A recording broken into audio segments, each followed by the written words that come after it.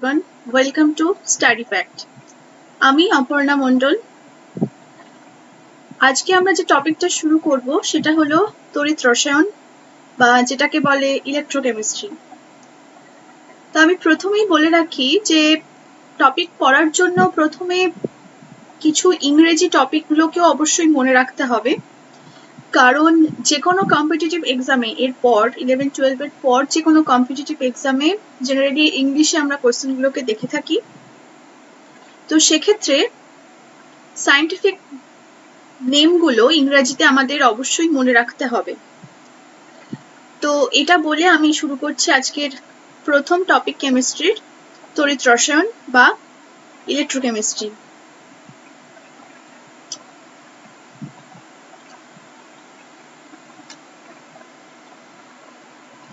এখানে দেখা যাচ্ছে যে একটা সামারি মতন এখানে দেখা যাচ্ছে তড়িৎ রাসায়নিক কোষ যেখানে আছে, তড়িৎ বিশ্লেষণ কোষ যেখানে আছে, গ্যালভানিক কোষ যেখানে আছে। তড়িৎ রাসায়নিক কোষ প্রথমে আমরা দেখবো এটা কাকে বলে। তড়িৎ রাসায়নিক কোষ হচ্ছে তড়িৎ বিশ্লেষণের ক্ষেত্রে যেখানে তড়িৎ শক্তি রাসায়নিক শক্তিতে রূপান্তরিত হয় বা রাসায়নিক শক্তি তড়িৎ শক্তিতে রূপান্তরিত হয়। এই যে মেন রূপান্তরকরণ, এটাকেই আমরা বলে থাকি তড়িৎ রসায়ন। এবং এই তড়িৎ রসায়ন জিনিসটাকে আমরা কেন পড়বো, এর কাজ কি, কেমিস্ট্রিতে রসায়নের কাজ কি, এবং এটাকে আমরা কিভাবে দৈনন্দিন জীবনেও আমরা এটাকে ব্যবহার করে থাকি। তড়িৎ রসায়নের যে গ্যালভানিক সেল, তড়িৎ বিশ্লেষণ সেল যেটা আমরা এর পরে দেখব, তো এই সেলের মেন কিছু উদাহরণ আমরা যেগুলো দৈনন্দিন জীবনে ইউজ করেই থাকি সেগুলো হলো ফোন, ল্যাপটপ, রেডিওর ব্যাটারি, ঘড়ির ব্যাটারি। প্রত্যেকটা ব্যাটারির ক্ষেত্রেই যে ভেতরে সেল ইউজ করা হয়ে থাকে, সেই সেলেতে জেনারেলি এই তড়িৎ রাসায়নিক কোষ ব্যবহার করা হয় এবং সেখানে তড়িৎ শক্তি রাসায়নিক শক্তিতে রূপান্তরিত হয়, নয়তো রাসায়নিক শক্তি তড়িৎ শক্তিতে রূপান্তরিত হয়। এবং আমরা সেটাই দেখব যে কিভাবে এই রূপান্তরকরণ ঘটে, কেন ঘটে এবং কোন প্রসেসের মাধ্যমে আমরা এরপর এগোবো। এখানে আমাদের মেন যে জিনিসগুলোকে জানতে হবে সেটা হচ্ছে লবণ সেতু বা যেটাকে বলা হয়ে থাকে সল্ট ব্রিজ, হাফ সেল বা অর্ধকোষ, সেল রিয়াকশন বা কোষ বিক্রিয়া, ইলেকট্রোকেমিক্যাল পোটেনশিয়াল বা তড়িৎদ্বার বিভব এবং তড়িৎচালক বল। আজকে আমাদের এই লেকচারে আমরা এই জিনিসগুলোকেই বোঝার চেষ্টা করব। কাকে আমরা লবণ সেতু বলে থাকি, লবণ সেতুর ব্যবহার কি, অর্ধকোষ বা হাফ সেল কাকে বলা হয়ে থাকে, এটাকে আমরা কিভাবে ব্যবহার করব, আর পোটেনশিয়াল তড়িৎদ্বার যে বিভবটা, সেই বিভব কিভাবে সৃষ্টি হয় এবং এই বিভব সৃষ্টির মাধ্যমে কিভাবে একটা ইলেকট্রোকেমিক্যাল রিয়াকশন পরিচালিত হয় সেটাকে আমরা দেখার চেষ্টা করব। এছাড়াও এখানে রোধ ও পরিবাহিতা দেখা যাচ্ছে। রোধ ও পরিবাহিতা আমরা জেনে থাকি ওহমের সূত্র আমরা সবাই জানি। ওহমের সূত্র অনুসারে এখানে কিভাবে তার আপেক্ষিক রোধ, আপেক্ষিক পরিবাহিতা এগুলো কি করে আসছে এবং এর মাধ্যমে আমরা নেক্সট যে নিউমেরিক্যালস গুলো আছে এই চ্যাপ্টারের, যে অঙ্কগুলো আছে সেগুলো আমরা করার চেষ্টা করব। এছাড়াও সেল কনস্ট্যান্ট কাকে বলে, তুল্যাঙ্ক পরিবাহিতা কাকে বলে, ইকুইভ্যালেন্ট তুল্যাঙ্ক, নরমাল তুল্যাঙ্ক এগুলো কাকে বলে, এগুলো আমরা দেখার চেষ্টা করব এর পরের লেকচারগুলিতে ধীরে ধীরে। তো লেটস স্টার্ট।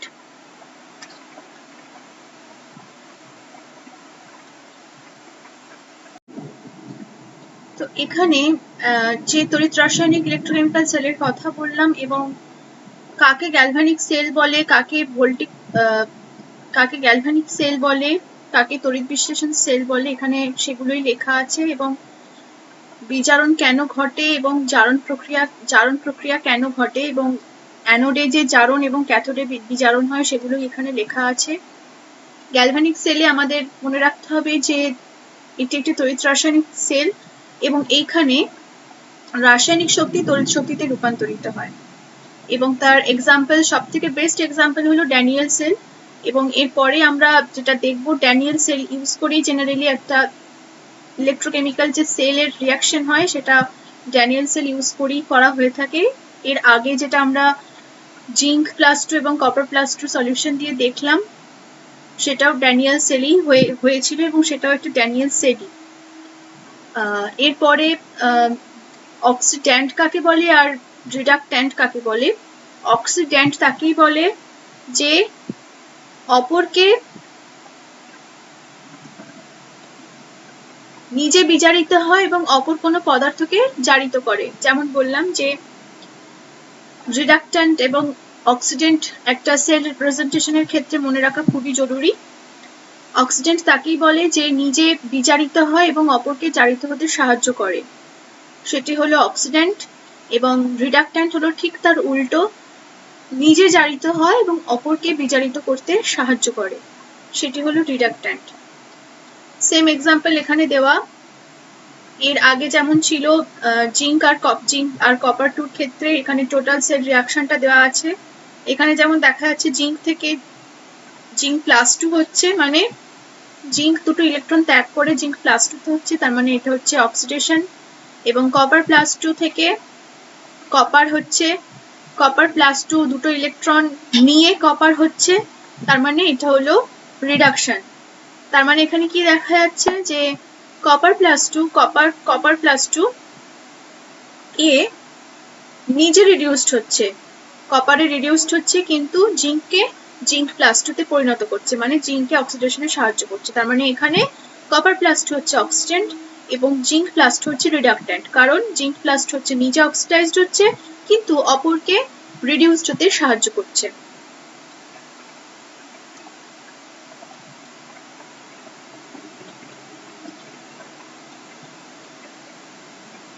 এরপরে ড্যানিয়েল সেলের একটা ছোটখাটো পদ্ধতি দেওয়া এবং কিভাবে ড্যানিয়েল সেলটাকে প্রস্তুত করা যেতে পারে সেটা এখানে বলা হয়েছে। এবং যে দুটো ধাতব, আগেই বললাম যে দুটো ধাতব দণ্ড আমরা নেব এবং সেই দুটো ধাতব যে ধাতুটা নিয়ে ধাতব দণ্ডটা তৈরি হয়েছে সেই ধাতুর সলিউশন অবশ্যই আমাদের নিতে হবে।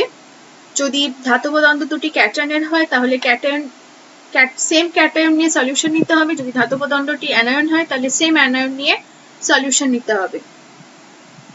এইভাবে একটা তড়িৎ রাসায়নিক কোষের মধ্যে ইলেকট্রোকেমিক্যাল রিয়াকশন হয়। এখানে আমরা ছবির মাধ্যমে দেখতে পাচ্ছি যে কিভাবে রিয়াকশনটা সম্পূর্ণ হচ্ছে। এর আগেও আমরা এই জিনিসই ছবিতে দেখেছি। আচ্ছা, নেক্সট আমরা দেখব লবণ সেতু, মানে সল্ট ব্রিজের কি কাজ। সল্ট ব্রিজ আমরা এখানে দেখতে পাচ্ছি যে এখানে কিন্তু এই ছবিটার মধ্যে কিন্তু আমাদের কোনো সল্ট ব্রিজ দেওয়া নেই। সল্ট ব্রিজ তখনই দেয়া হয় দুটো ধাতব দণ্ডের মাধ্যমে, যখন দুটো ধাতব দণ্ডের পারস্পরিক ইন্টারঅ্যাকশন যখন আমরা বন্ধ করতে চাই, যাতে ধাতব দণ্ড দুটি নিজেদের মধ্যে কোনো রিয়াকশন না করে এবং ধাতব দণ্ড দুটি যাতে ইলেকট্রন নিউট্রাল থাকে, মানে এইগুলোর মধ্যে দিয়ে যাতে পারস্পরিক যে ইন্টারঅ্যাকশন, যে তড়িতের যে ইন্টারঅ্যাকশন সেটা যাতে বন্ধ থাকে, সেই কারণে আমরা সল্ট ব্রিজ ব্যবহার করে থাকি। এখানে সল্ট ব্রিজের যে কাজ আছে সেটা এখানে লেখাই আছে যে দুটো অর্ধকোষের মধ্যে দ্রবণের মধ্যে সংযোগ স্থাপন করা। সব থেকে মেইন ইম্পর্টেন্ট কাজই হলো এটা, যে দুটো সংযোগ স্থাপন করা, কিন্তু তাদের মধ্যে যে পারস্পরিক ইন্টারঅ্যাকশন, সংযোগ স্থাপন করার মাধ্যমে মানে হলো যাতে এদের মধ্যে দিয়ে তড়িৎ প্রবাহিত হয়। এখানে তড়িৎ সেল দুটোর মধ্যে পারস্পরিক সংযোগ স্থাপন করা আর কিন্তু তাদের মধ্যে পারস্পরিক ইন্টারঅ্যাকশন যাতে না হয়, এই দুটো সম্পূর্ণ কিন্তু আলাদা জিনিস। সংযোগ স্থাপন করা মানে যাতে এই যে তড়িৎ প্রবাহিতটা যেটা হবে, মানে একটা ধাতব দণ্ড থেকে আর একটা ধাতব দণ্ডতে তড়িৎ প্রবাহিত হলে তবেই না সেল রিয়াকশনটা সম্পূর্ণভাবে শুরু হতে পারবে এবং আলটিমেটলি ইলেকট্রোকেমিক্যাল রিয়াকশন তাতে সম্পূর্ণ হবে। কিন্তু তাদের মধ্যে পারস্পরিক যাতে কোনো ইন্টারাকশন না হয়, মানে তারা তড়িৎ নিরপেক্ষ থাকবে, ইলেকট্রন নিউট্রাল থাকবে, যেটা বললাম। এবং একই সাথে যে এই ধাতুর যে সলিউশন, মানে আমরা যদি ধরে নিই এটা জিঙ্কের একটা ধাতবদার, আর এটা যদি কপারের একটা ধাতবদার, তার মানে এখানে আমাদের ধরে নিতে হবে এটা কপারের সলিউশন এখানে রয়েছে এবং জিঙ্কের সলিউশন এখানে রয়েছে। একটা সল্ট ব্রিজের মাধ্যমে আমাদের এটাই দেখতে হবে এবং এটাকে কনফার্ম করার চেষ্টা করতে হবে যাতে এই যে জিঙ্কের সলিউশন এবং কপারের সলিউশন যাতে একে অপরের সাথে মিশে না যায়। এবং এই মেশানোটাকে রোধ করার জন্যই লবণ সেতু বা সল্ট ব্রিজ আমরা ইউজ করে থাকি।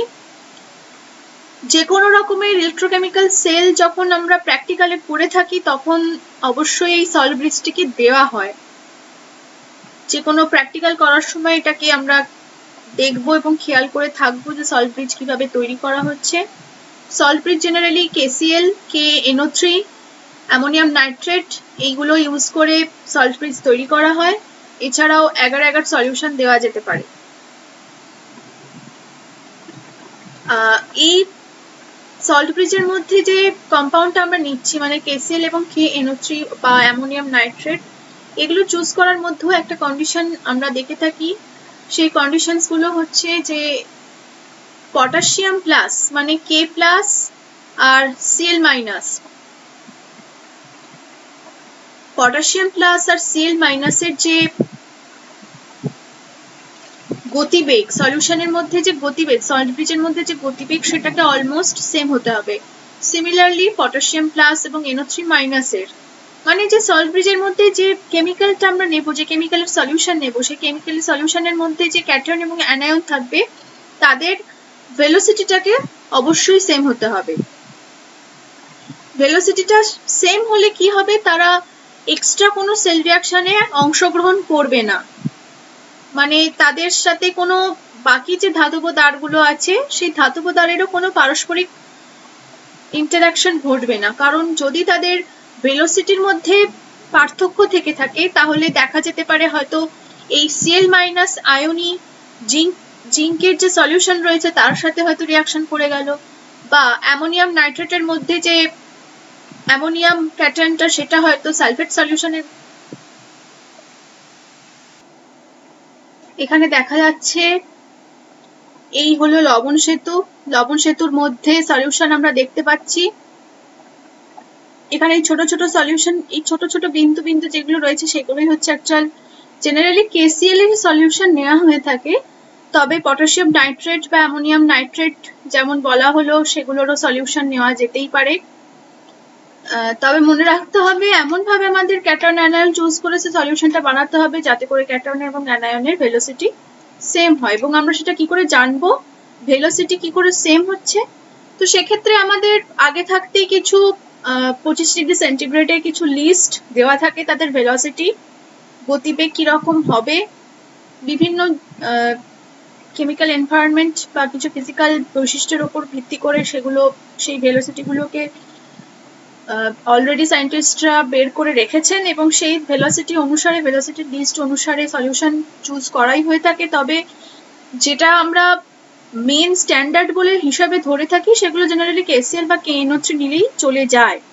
আমাদের কেমিস্ট্রির ল্যাবেতে যে লবণ সেতু বা সল্ট ব্রিজ ইউজ করা হয় তাতে পটাশিয়াম ক্লোরাইড বা পটাশিয়াম নাইট্রেট সলিউশনই ব্যবহার করা হয়ে থাকে সল্ট ব্রিজ হিসেবে। আচ্ছা, এরপরে মেন যেটা সেটা হলো এই সল্ট ব্রিজের মধ্যে কিভাবে তড়িৎ রাসায়নিক একটা বিক্রিয়া হয়ে থাকে এবং সেই বিক্রিয়াটি কিভাবে রিভার্সিবলি মানে ফরওয়ার্ড ডিরেকশনে হবে, ফরওয়ার্ড ডিরেকশনে কিভাবে স্পন্টেনিয়াসলি স্বতঃস্ফূর্তভাবে সেই রিঅ্যাকশনটা হয়ে থাকবে। এবং আমি আগেই বলেছি একটা স্বতঃস্ফূর্ত রিঅ্যাকশন হওয়ার জন্য তার ডেল্টা জি, আমাদের এই বিক্রিয়াটি দেখার জন্য এই যে তড়িৎ রাসায়নিক যে কোষটি গঠন হয়েছে সেই কোষটি গঠনের জন্য একই একটা স্ট্যান্ডার্ড রিঅ্যাকশন হিসেবে আমরা জেনারেলি এখানে জিঙ্ক তড়িৎদ্বার এবং কপার তড়িৎদ্বারই নিয়ে থাকি। জিঙ্ক তড়িৎদ্বার এবং কপার তড়িৎদ্বার নেওয়ার একটা সুবিধাও কারণ এটাকে আমরা স্ট্যান্ডার্ড বলে থাকি এবং এই রিঅ্যাকশনটা খুবই কমন এবং খুব সহজে ফরওয়ার্ড ডিরেকশনের রিঅ্যাকশনটা হয়ে থাকে। ফরওয়ার্ড ডিরেকশন রিঅ্যাকশনটা হয়ে থাকে এবং সল্ট ব্রিজও এখানে খুব ভালোভাবে এফেক্টিভলি কাজ করে। এমন কোনো ব্যাপার নেই যে এটা শুধুমাত্র এর ক্ষেত্রেই প্রযোজ্য, এটা যে কোনো রকম তড়িৎ রাসায়নিক শেল যেটা আমাদের স্বতঃস্ফূর্তভাবে কাজ করবে এবং যেটাতে রিঅ্যাকশন খুব ভালোভাবে ফরওয়ার্ড ডিরেকশনে যাবে, 25 ডিগ্রি সেন্টিগ্রেডটাকে আমরা জেনারেলি স্ট্যান্ডার্ড হিসেবে নিয়ে থাকি। তো শুরু করা যাক এই তড়িৎ ড্যানিয়েল সেলে তড়িৎ শক্তি উৎপাদনের ব্যাখ্যা। তো এখানে আমি যেমন আগে বললাম যে যেহেতু জিঙ্ক থেকে জিঙ্ক প্লাস 2 অক্সিডেশন হচ্ছে এবং কপার প্লাস 2 থেকে কপার আমাদের রিডাকশন হচ্ছে, তো আমাদের এরপরে আমরা দেখতে পাবো যে রিডাকশন পোটেনশিয়ালের যে বিভব, যে পোটেনশিয়ালের লিস্ট, সেই লিস্টে কপার থেকে কপার প্লাস 2 থেকে যে কপারের রিডাকশন, সেই রিডাকশনের যে পোটেনশিয়াল, আর জিঙ্ক প্লাস 2 থেকে জিঙ্কের যে রিডাকশন পোটেনশিয়াল, সেটা কপারের কিন্তু অবশ্যই বেশি জিঙ্কের থেকে। এবং আমরা এখানে ইলেকট্রোকেমিক্যাল সেল রিঅ্যাকশনে অবশ্যই সেল রিঅ্যাকশন লেখার সময়, নিউমেরিক্যালস করার সময় অবশ্যই আমরা রিডাকশন পোটেনশিয়াল হিসেবে লিখব। It is not a oxidation potential. যে লিস্ট আমরা দেখব রিডাকশন পোটেনশিয়ালে, all are reduction potential, not oxidation potential. Okay, কিন্তু সেল যখন আমরা রিপ্রেজেন্ট করব, মানে একটা সেল রিঅ্যাকশন যখন লিখবো, যেখানে আমি বললাম যে বাঁদিকে যেটি থাকবে সেটি অ্যানোড, সেখানে অক্সিডেশন হবে অর্থাৎ জিঙ্ক থেকে জিঙ্ক প্লাস 2।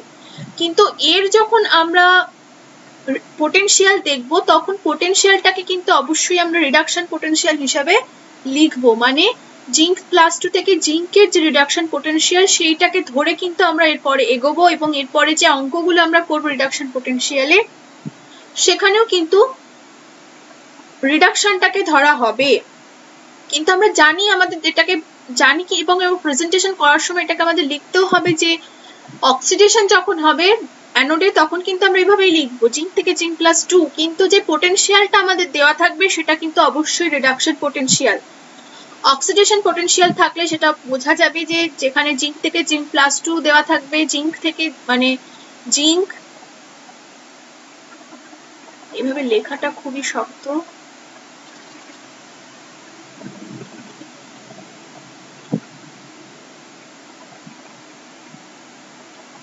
লিখলাম একটা কোনোভাবে, বুঝে নিতে হবে।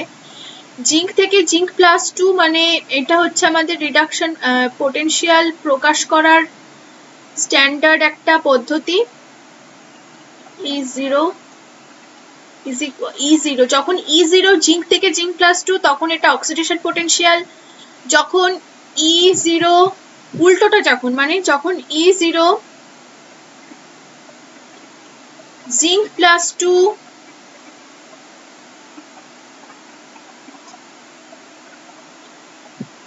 থেকে যখন জিঙ্ক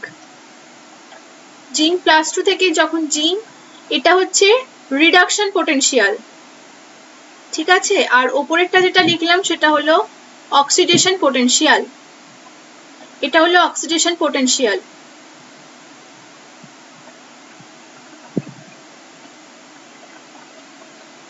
এটা হলো অক্সিডেশন পোটেনশিয়াল আর এটা হলো রিডাকশন পোটেনশিয়াল, ঠিক আছে। আর এটা অবশ্যই মনে রাখতে হবে যে রিডাকশন পোটেনশিয়াল মানে E0 রিডাকশন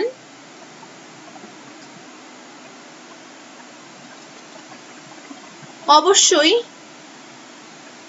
E0 অক্সিডেশনের অপোজিট হবে। মানে E0 অক্সিডেশন যেটা দেওয়া থাকবে তার অপোজিট, মানে জাস্ট সাইন চেঞ্জ করলে অপোজিট হয়ে যায়, কিন্তু ভ্যালু সেম থাকবে। মানে এর যে ম্যাগনিটিউড, যে সেটা নাম্বারের যে ম্যাগনিটিউড সেটা কিন্তু সেম থাকবে, বাট সাইনটা কিন্তু অপোজিট হয়ে যাবে। তো নিউমেরিক্যালস করার সময় আমরা দেখতে পাবো কোনো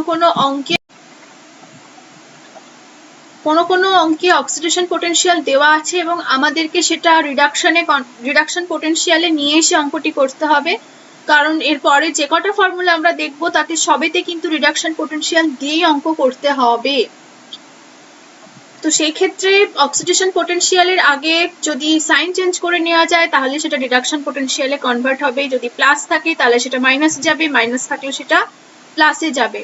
সিমিলারলি যদি রিডাকশন পোটেনশিয়াল থেকে অক্সিডেশন পোটেনশিয়ালে কনভার্ট করতে থাকে, মনে রাখতে হবে ভ্যালু অর্থাৎ ম্যাগনিটিউড কিন্তু সেম থাকবে, বাট এর আগে যে সাইন থাকবে সেই সাইন কিন্তু চেঞ্জ হবে।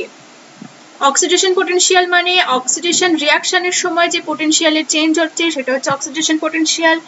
রিডাকশন পোটেনশিয়াল হচ্ছে সেম রিঅ্যাকশন যখন রিডিউসড হবে তখন তার যে পোটেনশিয়াল সেটা হচ্ছে রিডাকশন পোটেনশিয়াল।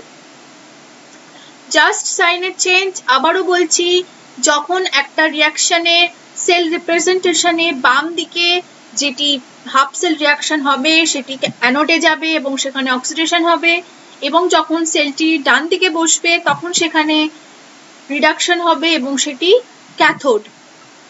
তো এখানে এবারে স্টার্ট করা যাক যে রিঅ্যাকশনটা কেন হয়, এবং এই যে পোটেনশিয়ালের কথা বলছি তড়িৎ বিভব, এই তড়িৎ বিভবটার সৃষ্টি কিভাবে হচ্ছে, কেন তড়িৎ বিভবটা তৈরি হচ্ছে এবং যার জন্য ফাইনালি তড়িৎ পরিবাহিত হচ্ছে এখান দিয়ে, এবং তড়িৎ পরিবহনের ফলে আমাদের রাসায়নিক শক্তি তড়িৎ শক্তিতে রূপান্তর হচ্ছে এবং ভোল্টামিটারের সাহায্যে আমরা সেটা পরিমাপ করতে পারছি।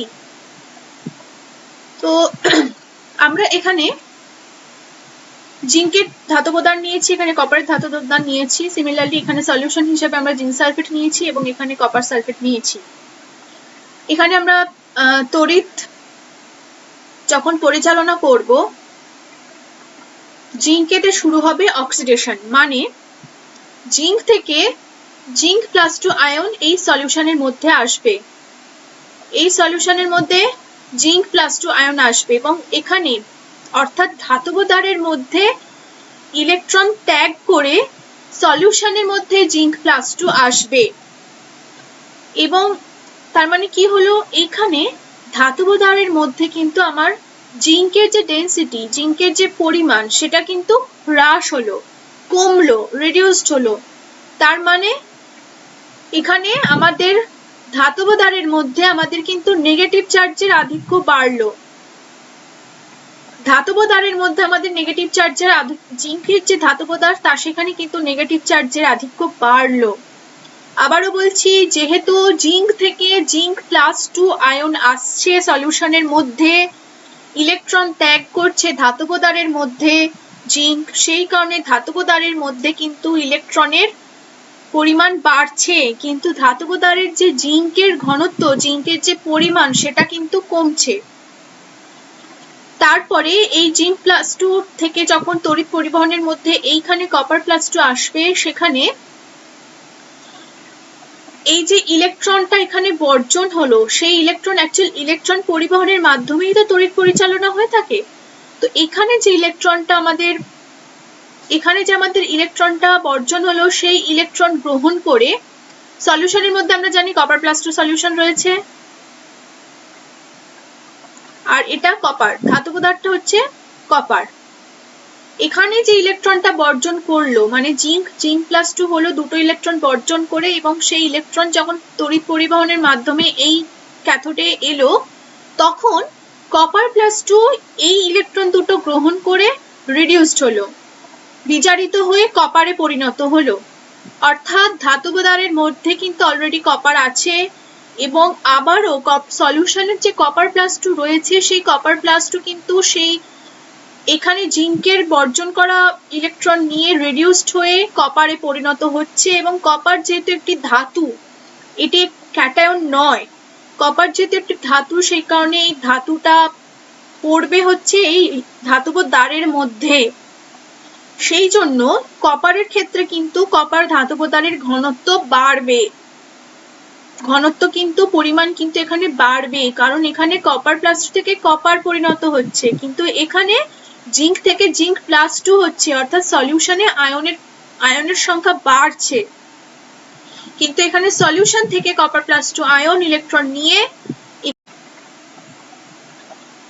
কোনো অঙ্কে অক্সিডেশন পোটেনশিয়াল দেওয়া আছে এবং আমাদেরকে সেটা রিডাকশন পোটেনশিয়ালে নিয়ে এসে অঙ্কটি করতে হবে, কারণ এরপরে যে কটা ফর্মুলা আমরা দেখব তাতে সবেতে কিন্তু রিডাকশন পোটেনশিয়াল দিয়েই অঙ্ক করতে হবে।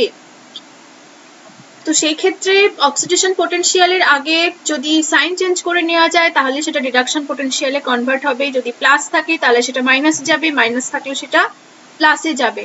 সিমিলারলি যদি রিডাকশন পোটেনশিয়াল থেকে অক্সিডেশন পোটেনশিয়ালে কনভার্ট করতে থাকে, মনে রাখতে হবে ভ্যালু অর্থাৎ ম্যাগনিটিউড কিন্তু সেম থাকবে, বাট এর আগে যে সাইন থাকবে সেই সাইন কিন্তু চেঞ্জ হবে। অক্সিডেশন পোটেনশিয়াল মানে অক্সিডেশন রিয়াকশনের সময় যে পোটেনশিয়ালের চেঞ্জ হচ্ছে সেটা হচ্ছে অক্সিডেশন পোটেনশিয়াল। রিডাকশন পোটেনশিয়াল হচ্ছে সেম রিয়াকশন যখন রিডিউসড হবে তখন তার যে পোটেনশিয়াল সেটা হচ্ছে রিডাকশন পোটেনশিয়াল। জাস্ট সাইনের চেঞ্জ। আবারও বলছি, যখন একটা রিয়াকশনে সেল রিপ্রেজেন্টেশনে বাম দিকে যেটি হাফ সেল রিয়াকশন হবে সেটি অ্যানোডে যাবে এবং সেখানে অক্সিডেশন হবে, এবং যখন সেলটি ডান দিকে বসবে তখন সেখানে রিডাকশন হবে এবং সেটি ক্যাথোড। তো এখানে এবারে স্টার্ট করা যাক যে রিয়াকশনটা কেন হয়, এবং এই যে পোটেনশিয়ালের কথা বলছি, তড়িৎ বিভব, এই তড়িৎ বিভবটার সৃষ্টি কিভাবে হচ্ছে, কেন তড়িৎ বিভবটা তৈরি হচ্ছে, এবং যার জন্য ফাইনালি তড়িৎ পরিবাহিত হচ্ছে এখান দিয়ে, এবং তড়িৎ পরিবহনের ফলে আমাদের রাসায়নিক শক্তি তড়িৎ শক্তিতে রূপান্তর হচ্ছে এবং ভোল্টামিটারের সাহায্যে আমরা সেটা পরিমাপ করতে পারছি। তো আমরা এখানে জিঙ্কের ধাতবদান নিয়েছি, এখানে কপারের ধাতবদান নিয়েছি। সিমিলারলি এখানে সলিউশন হিসেবে আমরা জিঙ্ক সালফেট নিয়েছি এবং এখানে কপার সালফেট নিয়েছি। এখানে আমরা তড়িৎ যখন পরিচালনা করব, জিঙ্কেতে শুরু হবে অক্সিডেশন, মানে জিঙ্ক থেকে জিঙ্ক +2 আয়ন এই সলিউশনের মধ্যে আসবে, এই সলিউশনের মধ্যে জিঙ্ক +2 আয়ন আসবে এবং এখানে অর্থাৎ ধাতবদারের মধ্যে ইলেকট্রন ত্যাগ করে সলিউশনের মধ্যে জিঙ্ক +2 আসবে। এবং তার মানে কি হলো, এখানে ধাতবদারের মধ্যে কিন্তু আমার জিঙ্কের যে ডেন্সিটি, জিঙ্কের যে পরিমাণ সেটা কিন্তু হ্রাস হলো, কমলো, রিডিউসড হলো। তার মানে এখানে আমাদের ধাতবদারের মধ্যে আমাদের কিন্তু নেগেটিভ চার্জের আধিক্য বাড়লো, ধাতবদারের মধ্যে আমাদের নেগেটিভ চার্জের জিঙ্কের যে ধাতবদার তা সেখানে কিন্তু নেগেটিভ চার্জের আধিক্য বাড়লো। আবারও বলছি, যেহেতু জিঙ্ক থেকে জিঙ্ক +2 আয়ন আসছে সলিউশনের মধ্যে, ইলেকট্রন ত্যাগ করছে ধাতবদারের মধ্যে জিঙ্ক, সেই কারণে ধাতবদারের মধ্যে কিন্তু ইলেকট্রনের পরিমাণ বাড়ছে, কিন্তু ধাতবদারের যে জিঙ্কের ঘনত্ব, জিঙ্কের যে পরিমাণ সেটা কিন্তু কমছে। তারপরে এই জিঙ্ক +2 থেকে যখন তড়িৎ পরিবহনের মধ্যে এইখানে কপার +2 আসবে, সেখানে এই যে ইলেকট্রনটা এখানে বর্জন হলো, সেই ইলেকট্রন অ্যাকচুয়াল ইলেকট্রন পরিবহনের মাধ্যমেই তো তড়িৎ পরিচালনা হয়ে থাকে। তো এখানে যে আমাদের ইলেকট্রনটা বর্জন হলো, সেই ইলেকট্রন গ্রহণ করে সলিউশনের মধ্যে আমরা জানি কপার +2 সলিউশন রয়েছে, আর এটা কপার, ধাতু পদার্থ হচ্ছে কপার। এখানে যে ইলেকট্রনটা বর্জন করলো, মানে জিঙ্ক +2 হলো, দুটো ইলেকট্রন বর্জন করে, এবং সেই ইলেকট্রন যখন তড়িৎ পরিবহনের মাধ্যমে এই ক্যাথোডে এলো, তখন কপার +2 এই ইলেকট্রন দুটো গ্রহণ করে রিডিউসড হলো, বিজারিত হয়ে কপারে পরিণত হলো। অর্থাৎ ধাতবদারের মধ্যে কিন্তু অলরেডি কপার আছে, এবং আবারও সলিউশনের যে কপার +2 রয়েছে, সেই কপার +2 কিন্তু সেই এখানে জিঙ্কের বর্জন করা ইলেকট্রন নিয়ে রিডিউসড হয়ে কপারে পরিণত হচ্ছে। এবং কপার যেহেতু একটি ধাতু, এটি ক্যাটায়ন নয়, কপার যেহেতু একটি ধাতু, সেই কারণে এই ধাতুটা পড়বে হচ্ছে এই ধাতব দ্বারের মধ্যে।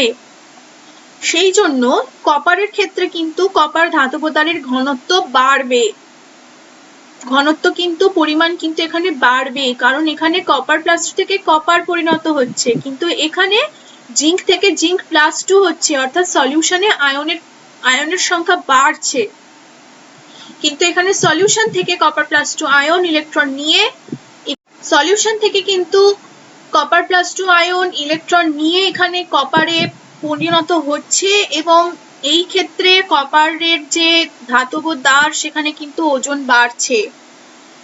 তো সেইখানে যেহেতু এখানে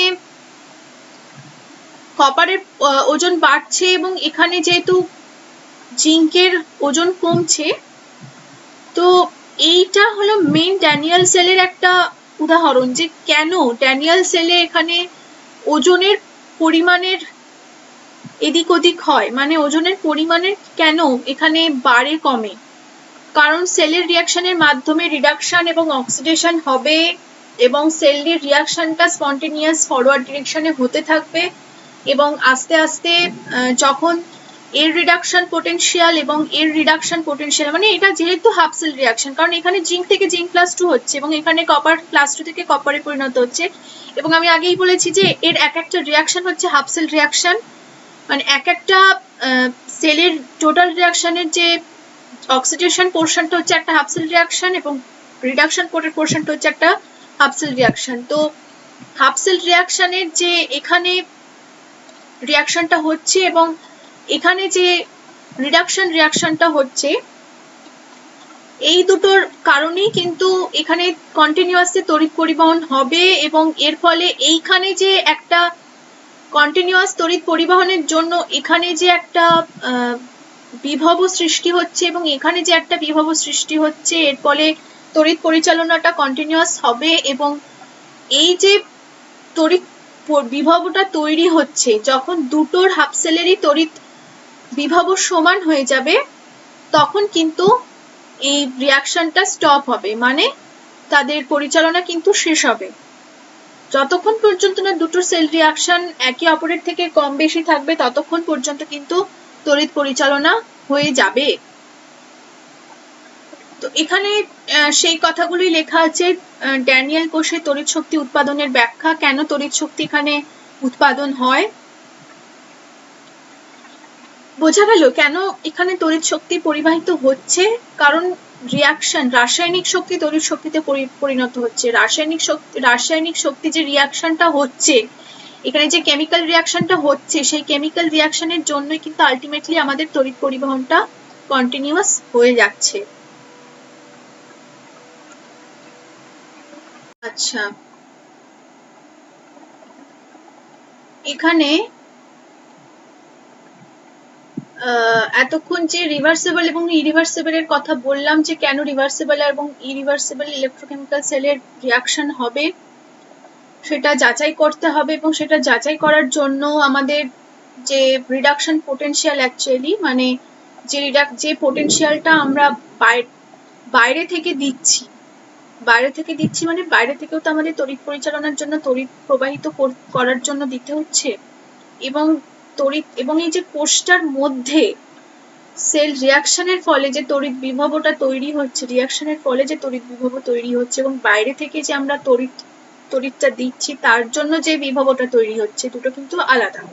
তার মানে বাইরে থেকে আমরা যেটা দিচ্ছি সেটা হচ্ছে আমাদের বহিস্থ বিভব, এবং যেটা ভেতরে তড়িৎ রাসায়নিক ক্রিয়ার ফলে যে বিভবটা তৈরি হচ্ছে সেটা হচ্ছে আমাদের পরীক্ষাধীন বিভব বা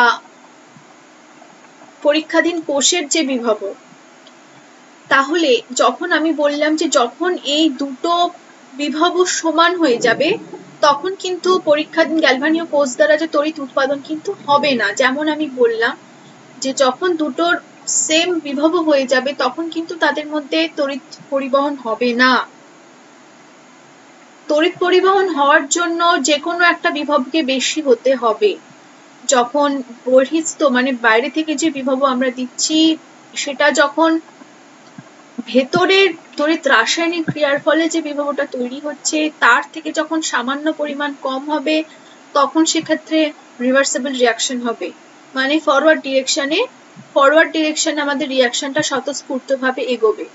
কিন্তু যখন বাইরে থেকে যে আমরা বিভব দিচ্ছি সেটা যখন বেশি হবে রাসায়নিক ক্রিয়ার ফলে যে বিভব তৈরি হচ্ছে তার থেকে, তখন কিন্তু রিয়াকশনটা আমাদের ইরিভার্সিবল হবে, মানে ব্যাকওয়ার্ড ডিরেকশনে যাবে। সেক্ষেত্রে কিন্তু ডেল্টা জি আমাদের পজিটিভ আসবে। এই যে বারবার করে ডেল্টা জি এর আমরা সাইন দেখছি নেগেটিভ আর পজিটিভ, নেগেটিভ মানে আমরা বুঝতে পারছি রিয়াকশনটা স্বতঃস্ফূর্তভাবে ফরওয়ার্ড ডিরেকশনে হবে, এবং আমরা পজিটিভ হলে বারবার করে বলছি সেই রিয়াকশনটা ব্যাকওয়ার্ড ডিরেকশনে হবে।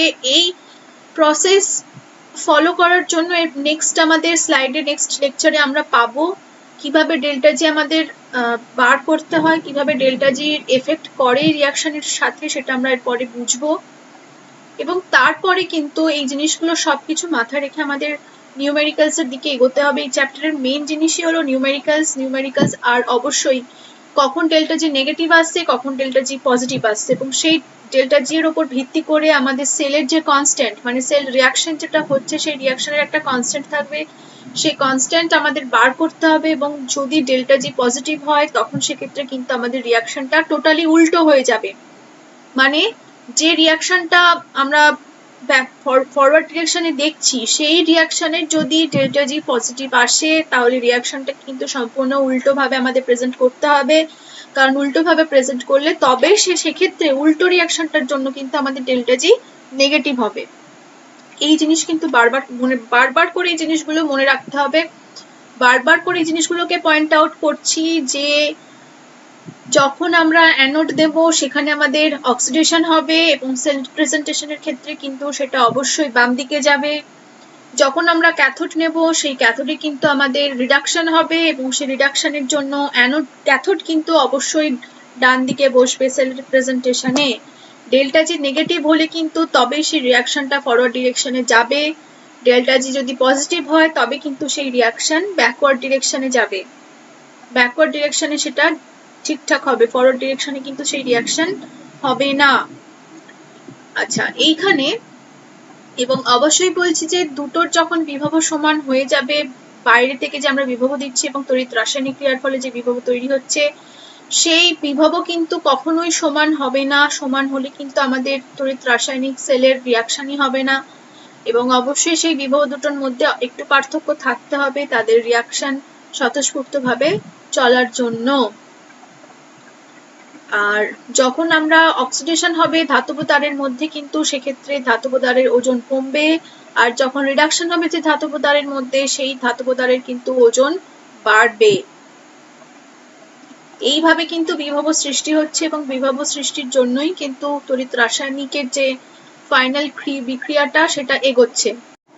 তো এখানে সেম জিনিসই লেখা, এখানে কোনটাকে ক্যাথোড বলা হয়, কোনটাকে অ্যানোড বলা হয়। যেমন বললাম যে অ্যানোডে যখন অক্সিডেশন হয় এবং ক্যাথোডে যখন রিডাকশন হয়। অর্ধকোষ বলা হলো, অর্ধকোষ মানে সেই হাফ সেল রিয়াকশনটাই, মানে এক্ষেত্রে জিঙ্ক থেকে Zn+2 একটা হাফ সেল রিয়াকশন এবং Copper+2 থেকে কপার, এটা একটা হাফ সেল রিয়াকশন। মানে অ্যানোডে যে রিয়াকশন হবে সেটা একটা হাফ সেল রিয়াকশন, ক্যাথোডে যেটা একটা রিয়াকশন হবে সেটা একটা হাফ সেল রিয়াকশন। এবং এই দুটো হাফ সেল রিয়াকশন মিলিয়েই একটা টোটাল সেল রিয়াকশন তৈরি হয়। এবং সেই সেল রিয়াকশন দেখে আমাদের বুঝতে হয় যে অ্যাকচুয়ালি কোনটা থেকে কোনটা অক্সিডাইজড হচ্ছে এবং কোনটা থেকে কোনটা রিডিউসড হচ্ছে। এবং সেখান থেকে একটা প্রিলিমিনারি একটা আইডিয়া আমাদের মাথাতে আসে যে কার রিডাকশন পোটেনশিয়াল কার থেকে বেশি হতে পারে, কার থেকে কম হতে পারে।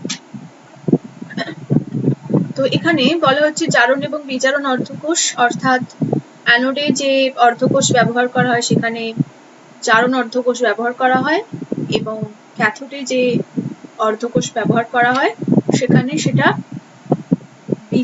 বিজারণ অর্ধকোষ ব্যবহার করা হয়। অর্ধকোষ বিক্রিয়া, জারণ অর্ধকোষ বিক্রিয়া, বিজারণ অর্ধকোষ বিক্রিয়া, এগুলো সব আমি আগেই বলে দিয়েছি। আশা করি বুঝতে কোনো অসুবিধা নেই। এবং আরো বলছি, ভালো করে এই জিনিসগুলোকে পড়লে তবে গিয়ে আরো ভালোভাবে মাথার মধ্যে একটা আইডিয়া চলে আসবে যে কেন অর্ধকোষে অ্যানোডে অক্সিডেশন হচ্ছে, ক্যাথোডে রিডাকশন হচ্ছে, এবং অক্সিডেশন এবং রিডাকশনটা কেন হচ্ছে।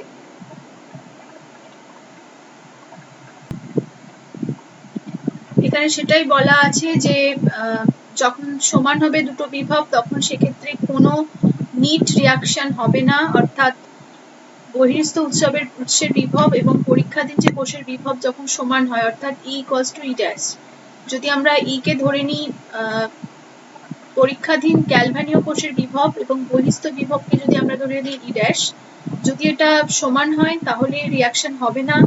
এবং আবারও যেমন বললাম যে যদি বহিঃস্থ বিভবের পরিমাণ অতি ক্ষুদ্র পরিমাণ ভাবে কম হয় পরীক্ষাধীন কোষের বিভবের থেকে, তাহলে সেক্ষেত্রে কিন্তু ফরওয়ার্ড ডিরেকশনে বিক্রিয়া হবে এবং সেটি স্বতঃস্ফূর্ত রিয়াকশন হবে এবং এর ফলে তড়িৎ উৎপাদন হবে। এবং যদি স্বতঃস্ফূর্ত এবং যদি ফরওয়ার্ড রিয়াকশন স্বতঃস্ফূর্ত না হয় তবে কিন্তু সেক্ষেত্রে কোনো রকম তড়িৎ উৎপাদন হবে না। কোনো রকম তড়িৎ উৎপাদন হয়, কোনো রকম কিন্তু সেক্ষেত্রে তড়িৎ উৎপাদন হয় না। আবারও বলছি, কোনো রকম সেক্ষেত্রে তড়িৎ উৎপাদন হয় না যখন ফরওয়ার্ড ডিরেকশনে রিয়াকশন স্বতঃস্ফূর্তভাবে না হবে। কখন হবে না? যখন বহিস্থ বিভবের মান অতি ক্ষুদ্রাতি ক্ষুদ্র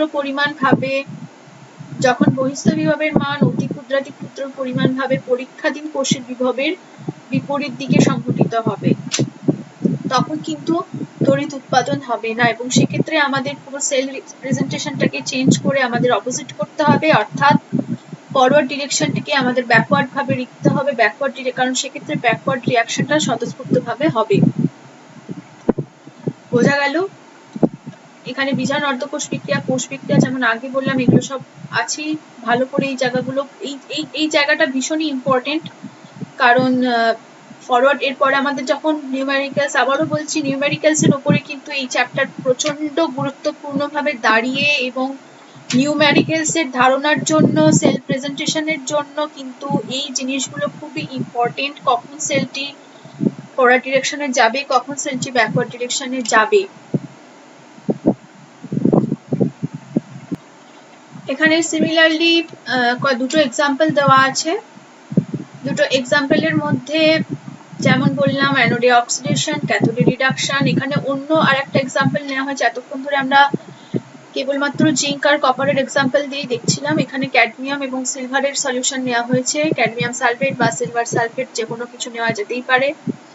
এখানে যেহেতু ক্যাথোডে রিডাকশন হচ্ছে সিলভারের এবং অ্যানোডে যেহেতু অক্সিডেশন হচ্ছে ক্যাডমিয়ামের, সেক্ষেত্রে আমরা বলতেই পারি যে সিলভারের reduction potential is greater than ক্যাডমিয়ামের reduction potential.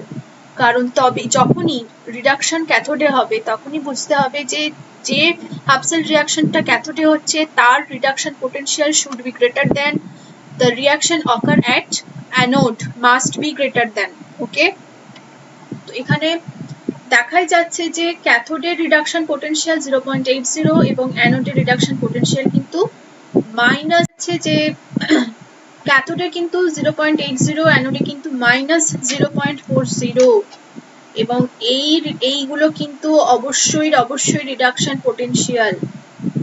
All are reduction potential, এগুলো নট অক্সিডেশন পোটেনশিয়াল। খুবই বাজে লেখা হচ্ছে, সরি তার জন্য। তার মানে এখানে দেখা যাচ্ছে কিন্তু 0.80 কিন্তু greater than from the reduction potential at anode. সেই কারণে ক্যাথোডে আমরা অবশ্যই দেখে থাকি যে সলিউশন আমরা ব্যবহার করে থাকি, যে তড়িৎদ্বার ব্যবহার করে থাকি, সে কিন্তু নিজে রিডিউসড হয় এবং অপরকে অক্সিডাইজড করতে সাহায্য করে, অর্থাৎ সে অক্সিড্যান্ট হিসেবে কাজ করে কিন্তু রিডাকশন হয়। এবং অ্যানোডে নিজে অক্সিডাইজড হয়ে অপরকে রিডিউসড হতে সাহায্য করে, সেই কারণে সে রিডাক্ট্যান্ট হিসেবে কাজ করে। বারবার কিন্তু এই জিনিসগুলো আমি বলছি, বারবার কিন্তু এই জিনিসগুলোকে মাথায় মধ্যে রাখতে হবে অঙ্ক করার সময়। সিমিলারলি এখানে আরেকটা রিয়াকশন নেওয়া হয়েছে, যেখানে জিঙ্ক এবং সিলভারের ক্ষেত্রে নিয়েছি। এটাকে বলা হয় সেল প্রেজেন্টেশন। সেল প্রেজেন্টেশনের এই যে প্যারালাল লাইন দুটোকে আমরা দেখতে পাচ্ছি, এটাকে আমরা সল্ট ব্রিজের জন্য ব্যবহার করে থাকি। এটা অ্যাকচুয়াল সল্ট ব্রিজের জন্য ব্যবহার হয়। জিঙ্ক থেকে জিঙ্ক +2, এটা হচ্ছে একটা হাফ সেল রিয়াকশনের ক্ষেত্রে, এবং Ag+ থেকে Ag হচ্ছে এটা একটা হাফ সেল রিয়াকশনের ক্ষেত্রে। তো এখানে জিঙ্ক থেকে জিঙ্ক +2 অক্সিডেশন হচ্ছে এবং এখানে রিডাকশন হচ্ছে, এবং এক্ষেত্রে সল্ট ব্রিজের জন্য নেওয়া হয়েছে পটাশিয়াম সালফেট। এগেইন বলছি, পটাশিয়াম সালফেট নেওয়ার কারণ কিন্তু আগেই বলা হয়েছে সল্ট ব্রিজ পড়ানোর সময়, কেন সেখানে ক্যাটায়ন অ্যানায়ন কিভাবে চুজ করা হচ্ছে, যাতে তাদের ভেলোসিটি সেম থাকে। ওকে, আমরা দেখব এখানে তড়িৎদ্বার বিভব কিভাবে সৃষ্টি হচ্ছে এবং এর উৎস। তো আমরা এরপরে যেটা দেখবো সেটা নার্নস্ট ইকুয়েশন। নার্নস্ট ইকুয়েশন মানে যে ইকুয়েশনের মাধ্যমে আমরা এই যে ইলেকট্রোকেমিক্যাল সেলের যে সেল রিয়াকশনের পর কিভাবে আমরা তার নিউমেরিক্যালস গুলো কিভাবে প্রসিড করব, সেটার জন্য আমাদের যে ইকুয়েশন ফলো করতে হয় সেটা হচ্ছে আমাদের নার্নস্ট ইকুয়েশন। তো নার্নস্ট ইকুয়েশনটা তৈরি হচ্ছে বিজ্ঞানী নার্নস্টের নাম অনুসারে। বিজ্ঞানী নার্স্টের নাম অনুসারে। তো এই নার্স্ট তড়িৎদ্বার বিভব সৃষ্টির কারণ হিসেবে অসমোসিস ফোর্সকে উল্লেখ করেছেন। কিভাবে অসমোসিস ফোর্স এটাকে এফেক্ট করছে সেটা বলা হচ্ছে যে দ্রবণে নিমজ্জিত ধাতুর মধ্যে এক ধরনের দ্রবণ চাপ, ইলেকট্রোলাইটিক সলিউশন প্রেসার থাকার ফলে এই তড়িৎদ্বার বিভব সৃষ্টি হয়। অন্যদিকে দ্রবণের মধ্যে মানে যে সলিউশনটা আমরা এইখানে নিচ্ছি, যে সলিউশনগুলো এইসব জায়গাগুলোতে নেওয়া হচ্ছে, এই সলিউশনের মধ্যেও ধাতব দণ্ডে ধাতব আয়ন থাকার জন্য সেই সলিউশনের মধ্যেও একটা অভিসারক প্রেসার ক্রিয়েট, একটা অভিসারক বল ক্রিয়েট থাকে, সেখানে একটা অসমোটিক চাপ থাকে এবং এই দ্রবণ চাপ এবং এই অভিসারক চাপ পরস্পরের বিপরীত অভিমুখে কাজ করে। কারণ একটা অভিস্রবণ চাপ যদি পরস্পরের বিপরীতমুখী কাজ করে তবেই অভিস্রবণের ফলে সলিউশনের যে আয়ন, সেই আয়ন এক অভিস্রবণ চাপ থেকে পরের অভিস্রবণ চাপে যাওয়া শুরু করবে। তো যদি আমাদের সেক্ষেত্রে দুটো সলিউশনেরই যদি অভিস্রবণ চাপ ইকুয়াল হয়ে যায় তাহলে কিন্তু সেখানে কোনো রকম কোনো তড়িৎ প্রবাহ হবে না এবং সেখানে অবশ্যই কোনো তড়িৎদ্বার বিভবের সৃষ্টি হবে না। মনে রাখতে হবে তড়িৎ পরিবহনের ফলে যে ধনাত্মক আধান এবং ঋণাত্মক আধান অর্থাৎ যে পজিটিভ চার্জ এবং নেগেটিভ চার্জের সৃষ্টি হচ্ছে throughout the solution and the তড়িৎদ্বার, তার ফলে যে পজিটিভ এবং নেগেটিভ চার্জের মধ্যে যে চার্জের যে পার্থক্যটা আসছে সেই পার্থক্যের ফলে কিন্তু তড়িৎ বিভবের সৃষ্টি হচ্ছে।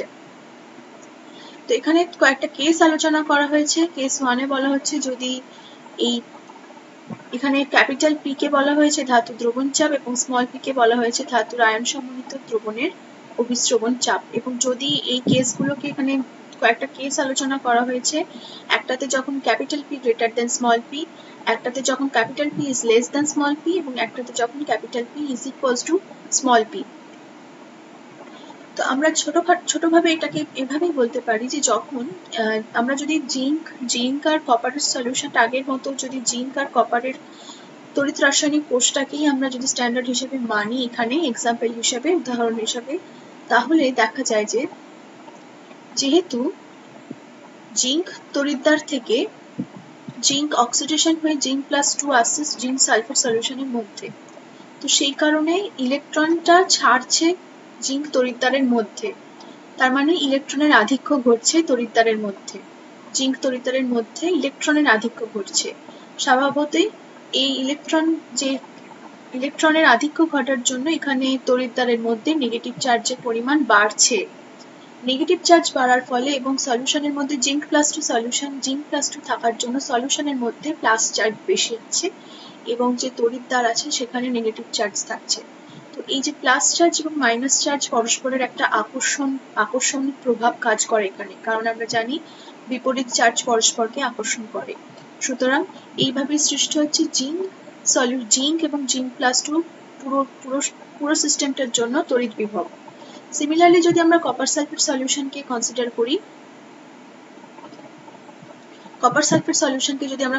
করি, তাহলে যেহেতু এখানে তড়িৎদ্বারের মধ্যে কপার আয়ন থেকে কপার রিডিউসড হয়ে কপারে পরিণত হচ্ছে, সেই কারণে তড়িৎদ্বারের মধ্যে কপার প্লাসের পরিমাণ বাড়ছে এবং সলিউশনের মধ্যে যেহেতু ইলেকট্রন নিয়ে কপার রিডাকশন হচ্ছে, কপার +2 থেকে কপারে রিডাকশন হচ্ছে সলিউশন থেকে ইলেকট্রন নেই, সেই কারণে সলিউশনের মধ্যে ইলেকট্রনের আধিক্য কিন্তু বেশি থাকবে। সেই কারণে সলিউশনে এখানে কপার সালফেটের ক্ষেত্রে সলিউশনে থাকবে নেগেটিভ চার্জের আধিক্য এবং কপার তড়িৎদ্বারের মধ্যে থাকবে প্লাস চার্জের আধিক্য। সুতরাং এখানে নেগেটিভ আয়নের আধিক্য, এই সলিউশনের মধ্যে নেগেটিভ আয়নের আধিক্য এবং তড়িৎদ্বারের মধ্যে পজিটিভ আয়নের আধিক্য বেশি এবং সেই কারণে এই যে মাইনাস চার্জ এবং প্লাস চার্জের মধ্যে যে ডিফারেন্স পরস্পরের যে অ্যাট্রাকশন, সেই কারণে এখানে তৈরি হচ্ছে তড়িৎ বিভব বা পোটেনশিয়াল। এবং এই জিঙ্ক ক্যাথোডের পোটেনশিয়ালের যে পার্থক্য এবং কপার ক্যাথোডের যে পোটেনশিয়ালের পার্থক্য, এই পোটেনশিয়ালের পার্থক্যের জন্যই কিন্তু আলটিমেটলি তড়িৎ প্রবাহ হয় এবং এই তড়িৎ প্রবাহের জন্য এটাকে আমরা তড়িৎদ্বার বিভব বলা হয়। এবং এই তড়িৎদ্বার প্রভাব এই কারণেই এতটা বেশি ইম্পর্টেন্ট একটা সেল রিয়াকশনকে পরিচালনা করার জন্য, সেটাকে ফরওয়ার্ড ডিরেকশনে নিয়ে আসার জন্য। এখানে সংজ্ঞা হিসেবে বলা হয় যে কোনো ধাতব দণ্ড তার নিজস্ব আয়ন সমন্বিত তড়িৎ বিশ্লেষণের সংস্পর্শে আসার ফলে যদি জারণ ও বিজারণ প্রক্রিয়া সংঘটিত হয়, যেমন বললাম যে জিঙ্কের ক্ষেত্রে এখানে জিঙ্ক থেকে জিঙ্ক প্লাস টু অক্সিডেশন হচ্ছে, এবং কপারের ক্ষেত্রে এখানে কপার প্লাস টু থেকে কপারের রিডাকশন হচ্ছে, সংঘটিত হয়, তবে ওই ধাতব পদার্থের পৃষ্ঠতল ও দ্রবণের সংযোগস্থলে দুই বিপরীত ধনাত্মক আধান এবং ঋণাত্মক আধান যুক্ত দ্বিস্তর গঠনের মাধ্যমে যে তড়িৎ বিভবের সৃষ্টি হয় তাকে বলা হয় তড়িৎদ্বার বিভব। দ্বিস্তর বলা হচ্ছে কারণ এই ধাতব তারে একটা চার্জ এবং সলিউশনের মধ্যে তার বিপরীত চার্জ, মানে দুটো স্তর, দুটো লেভেল তৈরি হচ্ছে, একটা মাইনাস চার্জ, একটা প্লাস চার্জ। কখনোই সেম আধান যুক্ত কারেন্ট বিভব এখানে সৃষ্টি হবে না, অর্থাৎ মাইনাস মাইনাস হবে না, প্লাস প্লাস হবে না, কারণ জানি আমরা সেম চার্জ পরস্পরকে রিপালশন করে। সেই জন্য মাইনাস চার্জ এবং প্লাস চার্জ সৃষ্টি হবে বিপরীত আধানযুক্ত এবং দ্বিস্তর, অর্থাৎ সলিউশনের মধ্যে এক চার্জ থাকবে এবং আমাদের তড়িৎদ্বারের মধ্যে আর একটা চার্জ থাকবে, এবং এর ফলে যে জারণ বিজারণ প্রক্রিয়াটা ঘটবে সলিউশনের মধ্যে এবং তড়িৎদ্বারের মধ্যে, তার ফলে যে বিভব সৃষ্টি হবে তাকে বলা হচ্ছে আমাদের তড়িৎ বিভব।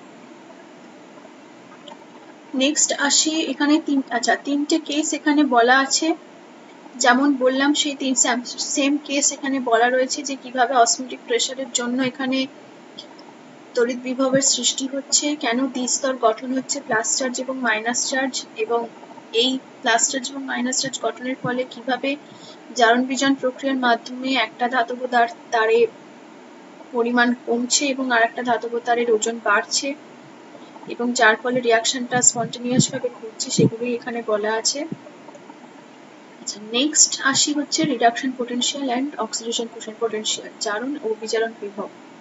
জারণ বিজারণ বিভব সেম এতক্ষণ যা বললাম, যে ধাতব তড়িৎদ্বার এবং সলিউশনের মধ্যে যে রিডাকশন এবং অক্সিডেশনের প্রক্রিয়াটা চলে যাচ্ছে, যে স্বতঃস্ফূর্তভাবে রিয়াকশনটা চলছে, সেটা জারণ বিজারণ প্রক্রিয়ার মাধ্যমে অবশ্যই, অর্থাৎ জিঙ্ক থেকে জিঙ্ক প্লাস টু এটা অক্সিডেশন হচ্ছে, এবং এই অক্সিডেশনের ফলে যে তড়িৎ উৎপন্ন হচ্ছে, তড়িৎ বিভবের সৃষ্টি হচ্ছে প্লাস চার্জ থেকে মাইনাস চার্জ, অর্থাৎ তড়িৎ সেক্ষেত্রে যে তড়িৎ বিভবের সৃষ্টি হচ্ছে জারণ প্রক্রিয়ার জন্য তাকে বলা হয় অক্সিডেশন পোটেনশিয়াল। এবং সিমিলারলি ঠিক অপোজিট, যখন রিডাকশন হবে তখন রিডাকশনের জন্য যে বিভবের সৃষ্টি হবে তড়িৎদ্বারের মধ্যে, সেই তড়িৎদ্বারকে কেন্দ্র করে তাকে বলা হয় রিডাকশন পোটেনশিয়াল। আবারও বলছি যে অক্সিডেশন একটা পার্টিকুলার স্পেসিফিক রিয়াকশনের জন্য অক্সিডেশন পোটেনশিয়াল এবং রিডাকশন পোটেনশিয়াল কিন্তু একে অপরের বিপরীত, অর্থাৎ তাদের মানটা সেম থাকবে, তাদের ম্যাগনিটিউডটা সেম থাকবে, কিন্তু তাদের যে সাইন প্রকাশ করার যে সাইন সেটা আলাদা হবে, বিপরীত হবে, একে অপরের বিপরীত হবে, কিন্তু মানটা কিন্তু সবসময় এক থাকবে।